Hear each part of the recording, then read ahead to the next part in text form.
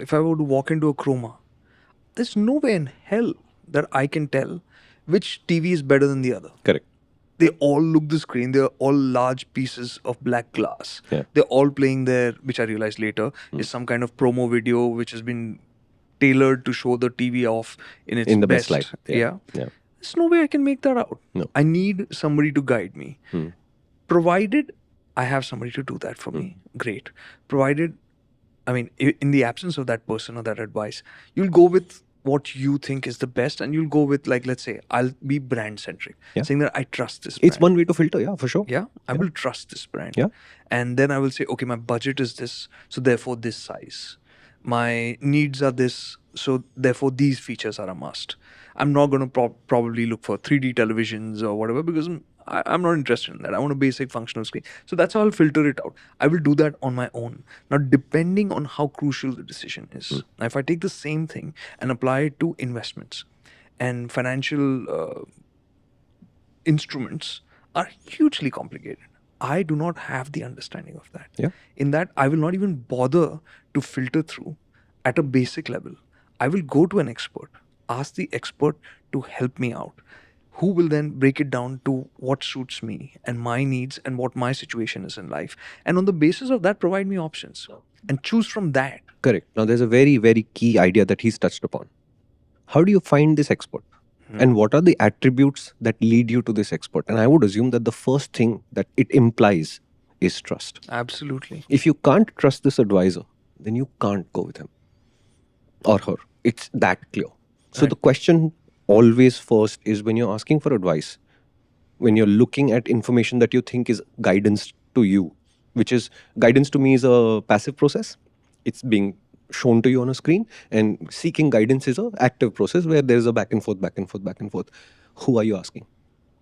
And I have a feeling a lot of people spew the question at many people, hoping somebody will answer. Okay, I understand the strategy is I will throw this at the dartboard and see what sticks in terms of who will be willing to respond. In this, I'll just say the internet changed how we communicated. Yeah. I used to always say, when we started off in television, it was very easy to be an authority because the conversation just went one way. It was a broadcast. So you always spoke down. I'm not saying that you were looking down, but you talked to somebody who was beneath you because they could never access you. No. They had no access to you. You could say what you wanted and you literally turned a deaf ear to them. Today, with the internet, now you're constantly talking back to people. I mean, you can talk to people, you can access whoever you want, and in that, you're willing to talk to anybody. Would you do that in real life? Yeah. Would you take advice from the next guy on the road next to you? Yeah, there's a very powerful example of this which I read about a year and a half ago, which was talking about how human brains and our social construct as a biological organism is designed to deal with a specific known number of people. Okay, so in the sense of we're not evolved biologically from there, right? So you have 5, 8, 10 people who will consider really close, and because of how we grow up, a lot of them will be blood relations. Then the circle extends. The widest circle is about 100, 150 people, if I remember my numbers correctly. I think it's about 200 if I'm not wrong. Okay, it's about 200, right? But you have 10,000 followers on social. And okay, you're justifiably proud of it and whatever. Put them in a room and try to have a conversation. It's just finished. It's over. You have only one option left in that room, which is I do a broadcast.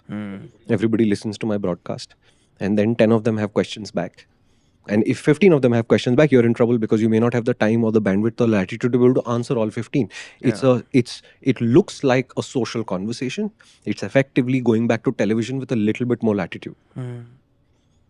And what I was going to tell you is what he was talking about at television. Why does he bring a budget into it? Because it eliminates a bunch of options. Why does he say, okay, I prefer OLEDs to IPS panels? Because it eliminates a whole bunch of options. What he's trying to get to is the last standing 3. And at those 3, if he's done a filtration, knowing him, he'll probably say, okay, Vanita, Sirhan, wife, son, these are the 3 TVs which I think are the best in our budget, blah, blah, blah. Pick the one that you'd like. And at that point, he's pretty confident that whichever of the 3 they pick, they're going to get a decent television out of it. Yeah. If that sounds like too much philosophy for you, we'd recommend heading to the main MotorInc channel. You'll find deep dives into the cars and bikes there as well.